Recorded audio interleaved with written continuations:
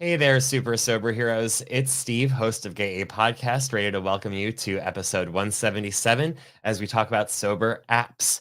I am happy to report that I woke up filled with gratitude for 984 days of sobriety today, as well as for all the positive feedback I've heard from you all this past week since I did my first live episode last week.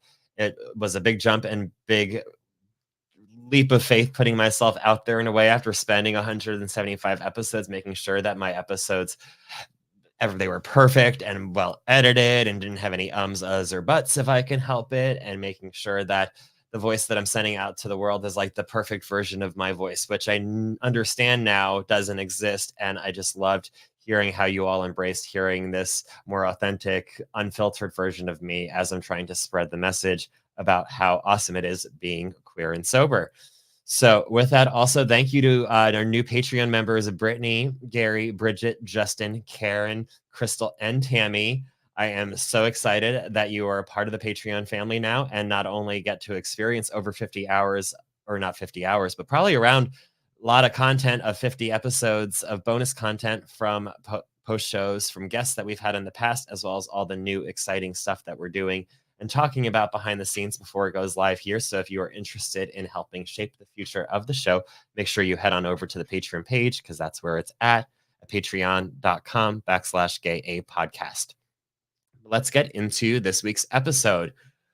The topic of sober apps came up because I was talking recently with someone who had recently celebrated 40 years of sobriety. And I made a new friend when instantly I was like, wow, I'm not even 40 years old. And that's just what someone with a lot of years of experience on this earth, as well as with a lot of years of sobriety, wants to hear. Is just how young I am, both in sobriety as well as in life, compared to his experiences. So after I made a new friend that way, it was interesting just hearing between that and a viral clip that recently went around from Cruising Pod about the early stages of gay AA that a lot of my awesome listeners have shared with me. Those two things just made me realize how far getting sober has come in terms of the ways that we can do it and what it looks like today than it did 20 or 30 or 40 years ago. So I wanted to dive into one of the ways that that is the biggest change is technology. And thank God for technology because I got sober on May 28th of 2021. So it was during the pandemic. They had some outdoor meetings, but not a lot. And even with the outdoor meetings, they were only existing because I was in Florida. The rest of the world was told to stay home. And so were we. We just didn't listen as clearly or loudly. And as alcoholics and addicts, we can all get that a little bit. But yeah, it was hard for me to go out to meetings and especially find meetings that I felt comfortable with or felt safe at. And so it was great being able to use the internet and Google where to find meetings and where to find resources and find that Zoom is more than just like for work industry people just figuring it out, but that there's this whole group of people that have figured out long beforehand and do these virtual meetings where people can connect from across the world and talk about sobriety and how awesome that was. And it made it accessible to me in a way that it wouldn't have been accessible if it was, the 80s or 90s even, and I was trying to get sober during a pandemic. It would have been a lot more difficult had it not been for technology. But there's so much technology out there in terms of how it relates to sobriety. I figured to narrow it down today, we would talk about sober apps. So most people, when I talk with them, no matter what form of recovery or path that they're taking looks like, they have some sort of app that they consider a sober app. And after questioning people on what that means to them, as well as what it means to me, I've kind of broken down sober apps into three different categories. The first of which is the tracking and motivation app. Those are the ones where the focus is to track and motivate you on your sobriety journey. There also are sober, social, and community driven apps where the entire basis about the app is about finding community and connecting with other sober people, because that is huge. And then, of course, there's literature and resource-driven apps, which where the forefront is connecting you to the literature or the programs or the meetings when and where you need it the most. So that is how I will break them down. But there are tons of apps we'll be talking about today with tons of different viewpoints. But I think the most popular one and the one that people bring up all the time is the concept of the tracking and the motivation-driven apps. Oftentimes, it is very simple technology for the app developers, it doesn't take a genius to be able to build, an app that can count time forward or count time back. There are widgets and things like that all over the internet, but the genius behind it and what makes them brilliant is how they apply it to sobriety and how important it plays into our daily routines when we end up finding these apps and getting to use them. I know that the number of times now when people are starting in meetings or out and about and telling me about how much daytime they have, they pick up their app and they check their app. And it's an app that is based around sobriety. I'm sure there are other counter apps where it can, if you put in a time, it will tell you how long it's been since then. But the fact that these apps are focused about sobriety or recovery or being substance free for this long, and the way that they worded around our frame that we're going through and shaping our experience makes it a lot more impactful than if it were just, it's been 900 and something days since May 28th. It's a lot more impactful to be able to say, like, you've been sober since. And so the fact that the apps are built this way definitely helps us track it. And one of them that everyone brings up online, and I feel like it's because it is the one of the first ones in this modern wave of sober apps, as well as one of the more easy to find ones with a name. It is I Am Sober. It was released in 2018, and it has a daily tracker where you put in when you got sober from your substance or substances. You can also track multiple different things in the program for those of us who might have stopped our main drug or alcohol or drink of choice one date and then dropped something else like nicotine. And other, you can track them both in most of these apps. So it has the tracker as well as a community and progress statistics. The statistics, I know people always love seeing that not only have they been sober for how many days, but how much money they might have saved if they were, spending this much per day or per week, and seeing how that racks up over the years. So there's definitely a lot of different ways we can use it. And I will send it over to a conversation that I had with Danielle about the apps, because she will share her experiences on how the I Am Sober app has really helped her on her journey.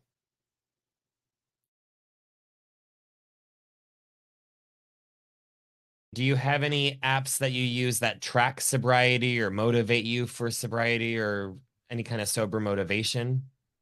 Yeah, for apps, I use the I Am Sober app. I think you can pay for extras, but I just use the plain old one. And I like it. It tracks your days of sobriety. It tells you when your next milestones are.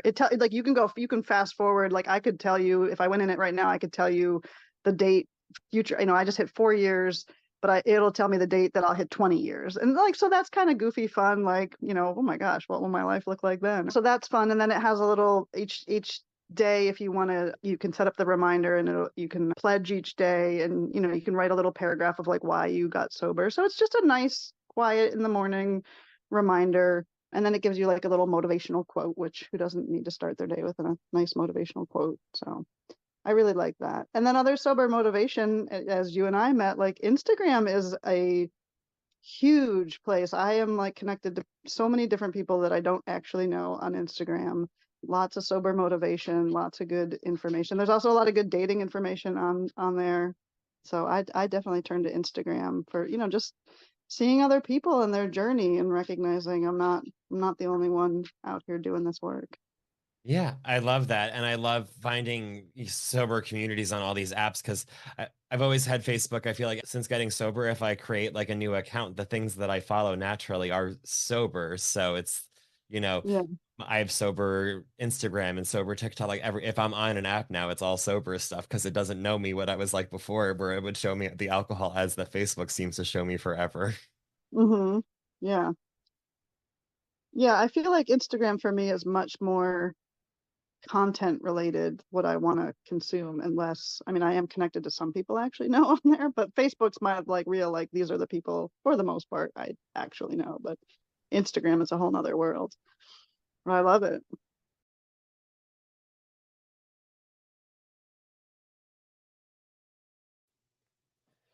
Thank you, Danielle, for contributing that. And yes, she will be back next week as we continue the conversation with dating apps and what the experience of that is like for sober people.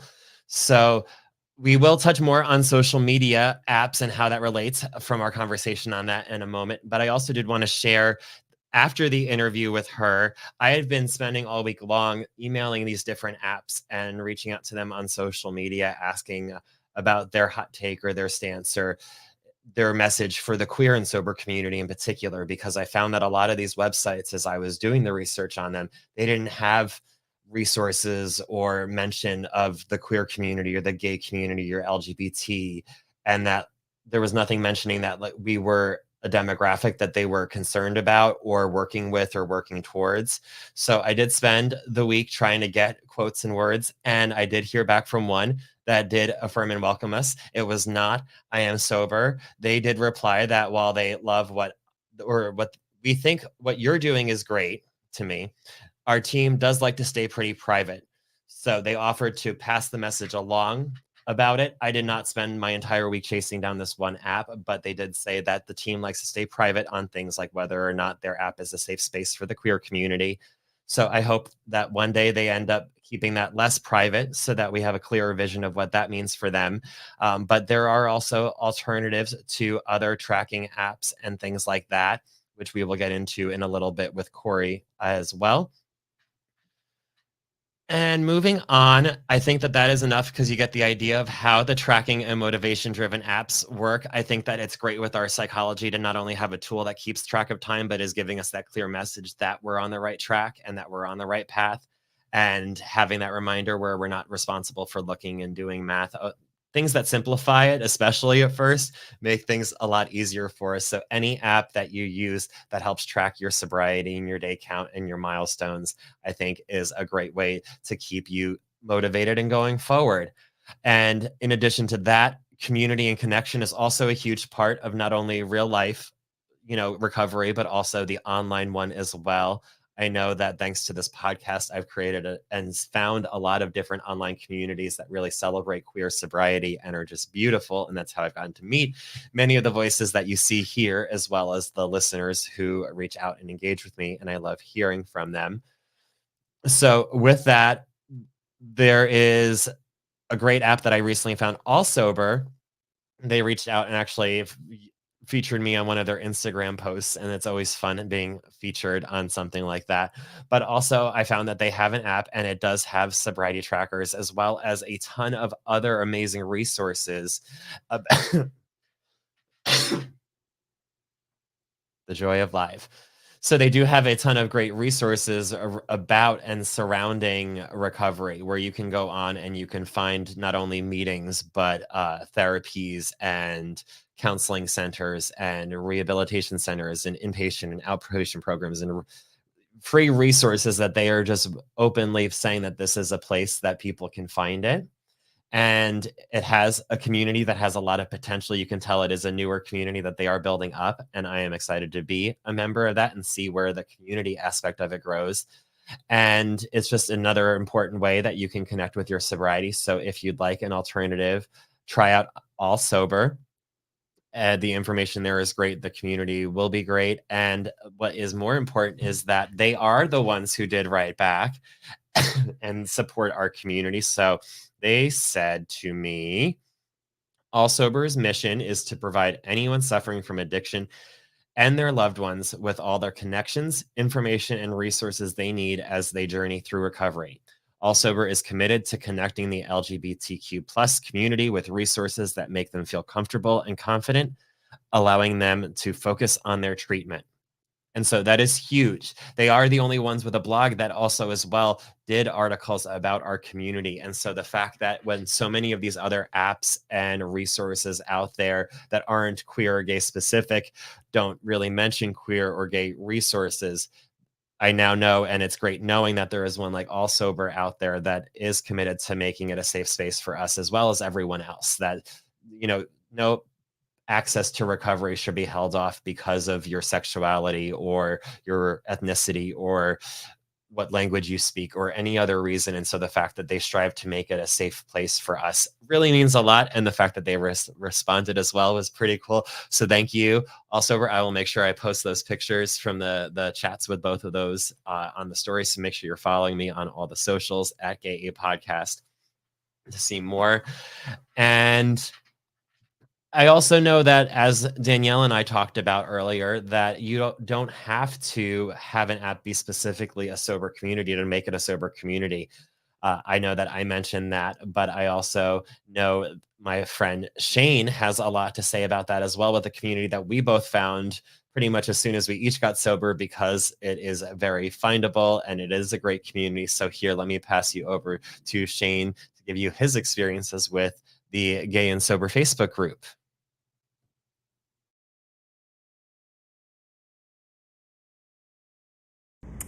Hey, my name is Shane S. I'm from Heflin, Alabama, and grateful today to have been sober since December 28th, 2021 from alcohol, and a little bit longer, maybe a few months more than that, from any type of substance. And life has been fantastic. I can't imagine where I would be right now had I not been able to get sober and to live this life that I'm getting to live today. So when I started to get sober, one of the things I thought about was, what was my life going to be like as a gay man? Where was I going to find friends? All I knew was to go to the bars, to get online, hook up, party, and that was my gay life. There was no sense of reality that I see now in the life I had. I was being very dangerous in my life, sexually being very dangerous in my life, the way I took care of myself, and then the way I felt around other gay men, because I was living this life full of anger, resentments. I had a lot of anxiety from my substance abuse. So when I got sober, I thought to myself, man, I'm not going to be able to be gay anymore. Where am I going to find friends that are going to be like me? So I immediately started looking online for sober gay meetings. And the first thing that popped up was Gay, Sober Men, Gay and Sober. And I found them on Facebook and started just looking through the website and then the Facebook page, and boy, was I surprised to find a group of people that were just like me, people that had gone through the same things I had gone through, people that were struggling with addiction, but yet they still were the same people I was. And for me, I knew that I needed to be a part of this group. I needed to reach out and find more people and help more people like me, because I am not the only person that's gay, that has gone through the party and play lifestyle, that has done all these crazy things, and I could heal. I eventually noticed that the group was doing activities and things like that. I did not attend the first year conference just due to my sobriety. I had lived in New York City 15 years, so I didn't feel like I was secure in my sobriety to go my first year to New York. But I did go on the Smoky Mountain trip and met some of the most amazing people in my life today. And when I was on that trip, I got to share and talk with them, and we went on hikes together and just became brothers in sobriety. And then I told them I was very interested in being a delegate for my area in Alabama, and that has been such a great asset to me to be a part of the group even more, to give back into service. And I decided to go to the conference last year, and boy, what a wonderful experience. I got to go to New York. I got to experience Pride sober. I got to be with a group of gay guys that were just like me. And it wasn't about the way I used to think of my gay life, that all we could do is get together and be drunk and do things that maybe wasn't right for me in my life. And it was an awesome experience. And I am the raffle chair for GSM, along with my friend Will H., who I love dearly, and we've become great friends. And I don't know where I would be if I had not found GSM, if GSM wasn't there, if GSM wasn't there to help me and for me to help others. It's a strong support system of men, and I want to see us grow throughout the United States, having more events in other places, so that those of us that are hiding out there like I was hiding in my addiction knows that it's a safe place that we could find each other and we can be gay and we can enjoy life. We can do things, we can have relationships, and we can be much stronger as a group and survive. And, I know that I'm here for a reason today and that my higher power saw fit in me to let me continue this life. So GSM, I always say, helped save my life. It was part of my recovery. My higher power led me to GSM. I'm very spiritual today as well, and I am grateful for all the things that I can do today and that GSM is a part of my life. I will do my best to be a support system for whoever needs it, and I hope that others know that they are my support system too. So thank you to all the guys that post daily on the site. Thank you to everyone that continues to inspire me. And it's one day at a time, and it does get better. And thank you, GSM. Thank you, Gay and Sober. Thank you for Christian and the people that saw fit to continue to make GSM what it is today. And to every one of you out there that I've met so far, I love you, and let's continue to grow and continue to help each other to survive and to live and be happy. And I hope you'll get involved with GSM the way I have, and I hope that you'll see the benefit of being a part of such a great program. Have a wonderful day, and yes, that is Dolly Parton up there. She's my little angel. So have a great day. Thank you guys. Love you. Stay strong, and it does get better one day at a time.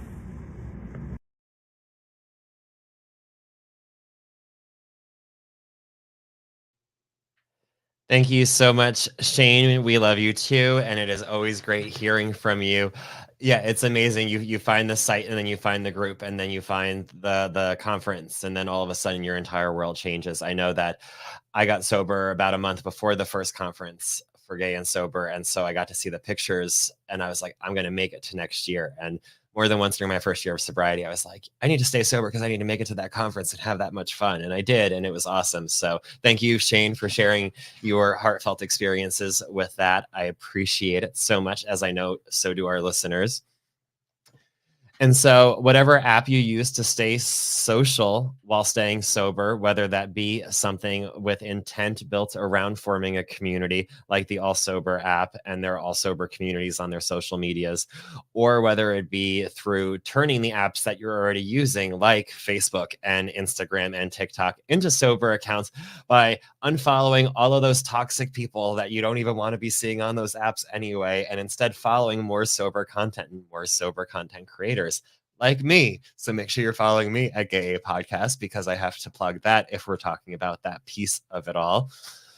But yeah, community is great, and it's important both in person and online. And so find your community online through those sober apps, because it's a safe place when you can't get to the community that you need to find in person. Moving on to literature resource driven apps. This is where we will get a little more 12-steppy, which for some of you is going to be super exciting. For some of you, you're just going to need to bear with me, because there are resources and information in this app that are going to be helpful and useful to you, whether or not you're using a program diligently.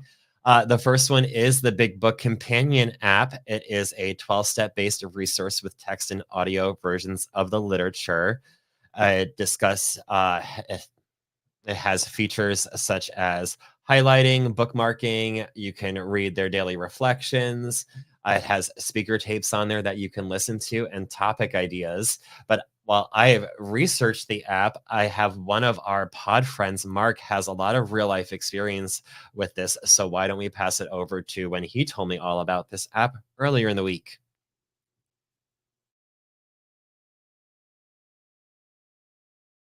Why don't we start with what kind of apps do you use for your sobriety itself? That All right. helps. Well, first of all, thanks for having me back. Let me grab my phone and see. In my 12-step folder on my phone, I only have 2 apps. The 12-step companion, which I've had forever, right? So it does my day counting for me. It tells me all the hours, months, and years and all that good stuff. And it's a carry around big book, right? So like when I go to a big book meeting, I no longer have to, carry my tattered old copy of the big book that I've been, beating up for 18 years. So that's the first one. It has the principles, the prayers, the promises, all that good stuff. And then the other one is the 12 and 12. Mhm. So those are my two like sobriety related apps.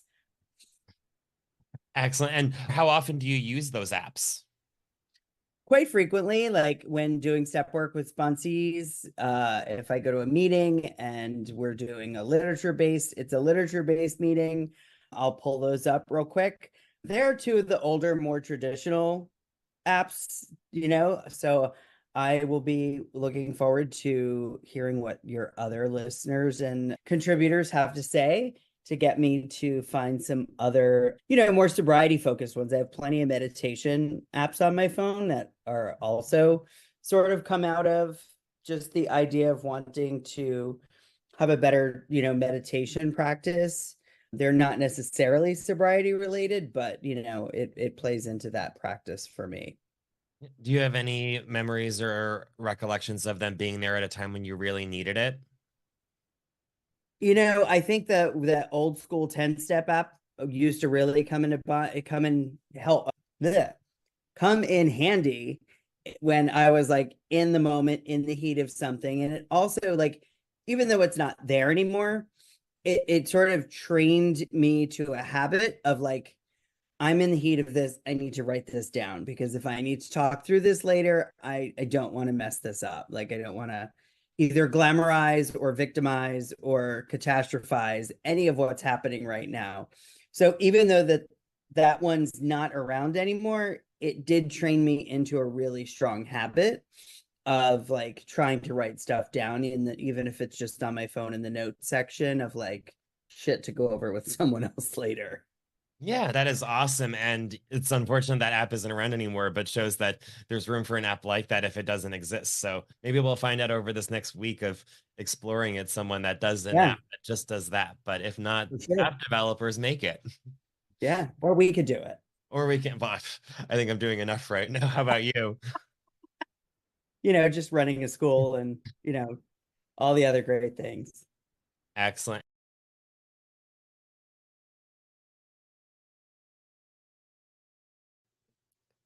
Yes, thank you so much, Mark. And Mark will return next week as we talk about his take on the dating apps for sure. But yeah, I love the idea of having the step work apps, and I couldn't find more after our conversation. So if you know of any more that help more specifically with step work, definitely let Mark as well as myself know, and I'll be sure to share it on our socials and give you the credit for being the one who found it for us. So thank you. But there is also another literature-based app that he didn't mention that a big friend of the podcast, Cori, has been using, and she is very excited about sharing her message with you. So let me share that with you as well, with her experience with the Everything AA app.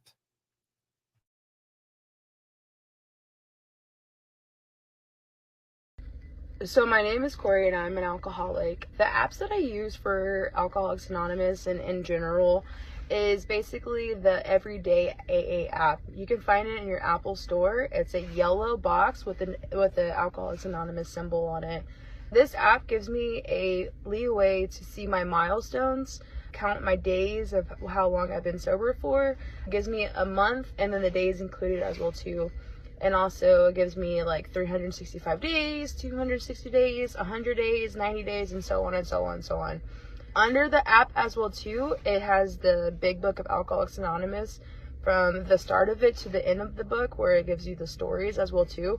So if I need a quick read or if I am on the go, I'm able to click on the chapters and really get into the program as well too when I need it. On the other end of it, it gives me the daily reflections as well too. The daily reflections are a great way to start my morning, even when I'm on the go as well too, like I said, or if I'm trying to end my night and my AA book or my daily reflections is in somewhere else. It's easy for me to be accessible to that as well too. And another agenda of it as well too, it gives you a play-by-play on where meetings are at, Zoom meetings, what kind of meetings you would like to go to, anything of that nature as well. It's a great way to like kind of find something to listen to and stuff like that. So I do highly recommend that app. It's a great way to start your morning. It's a great way to, if you're on a lunch break and need something, it's a great way to end your day as well too. It's just a great app in general, and I've used it for about a month and a half now. I did have I Am Sober, but I was looking for more involvement with my program and more on the go nature, and that app suits me best.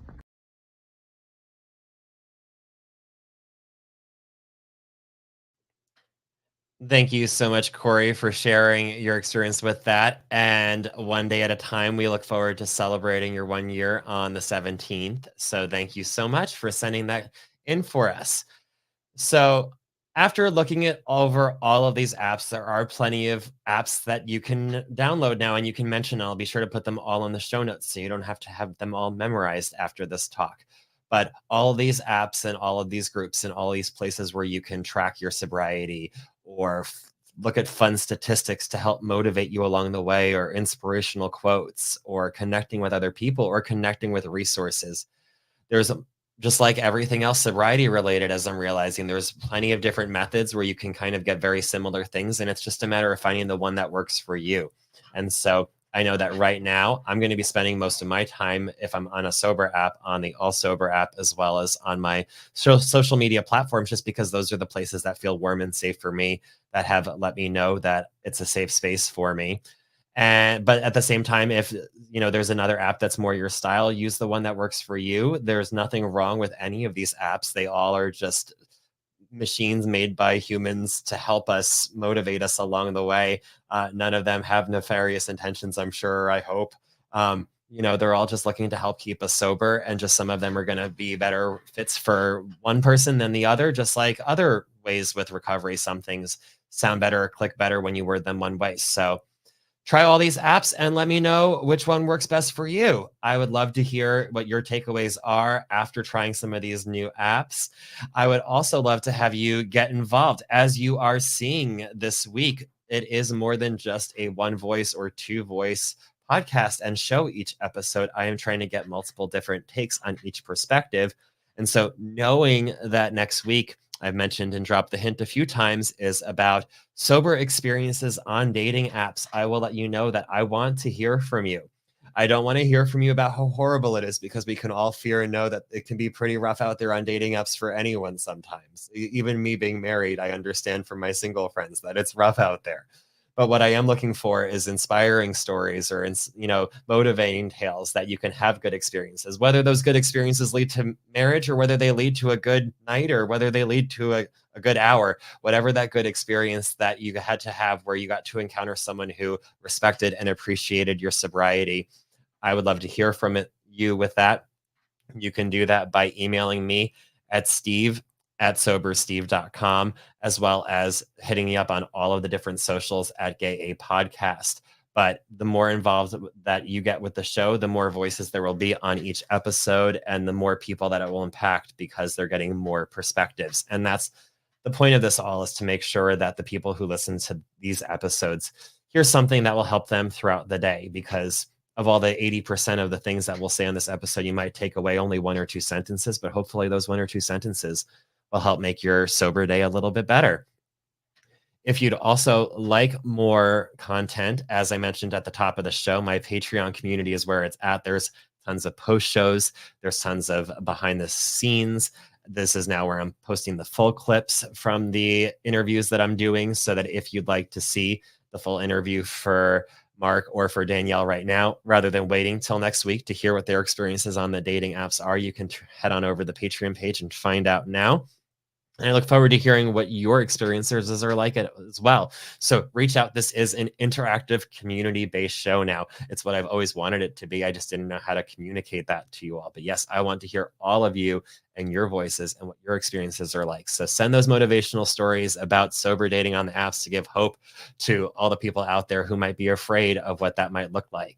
So you can do that by emailing me at steve@sobersteve.com, or by hitting me up on any of the socials. I'll make sure to put my link tree in the show notes. You can find me wherever you feel most comfortable talking with me.